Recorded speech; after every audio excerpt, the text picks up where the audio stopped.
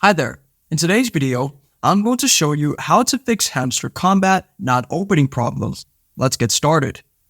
So once you go to your settings, you're going to look for something which is apps.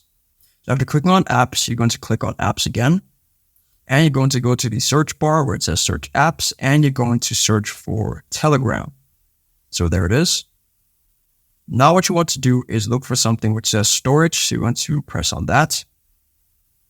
So after you're done selecting Telegram, you're going to look for something which is cache. Now under where it says cache, you're going to click on clear cache. So once it hits 0, try to restart the application and see if it works. Now another thing that you can do is go to your app store and go to the search icon and then search up Telegram. And then if there are updates available for the application, you're going to download them and then restart the application, and then it might work. And then afterwards, Hamster Kombat should work fine. If this video helped you out, then please leave a like and consider subscribing. It's free, and it helps the channel to make more videos like this. Thanks for watching, and see you in the next one.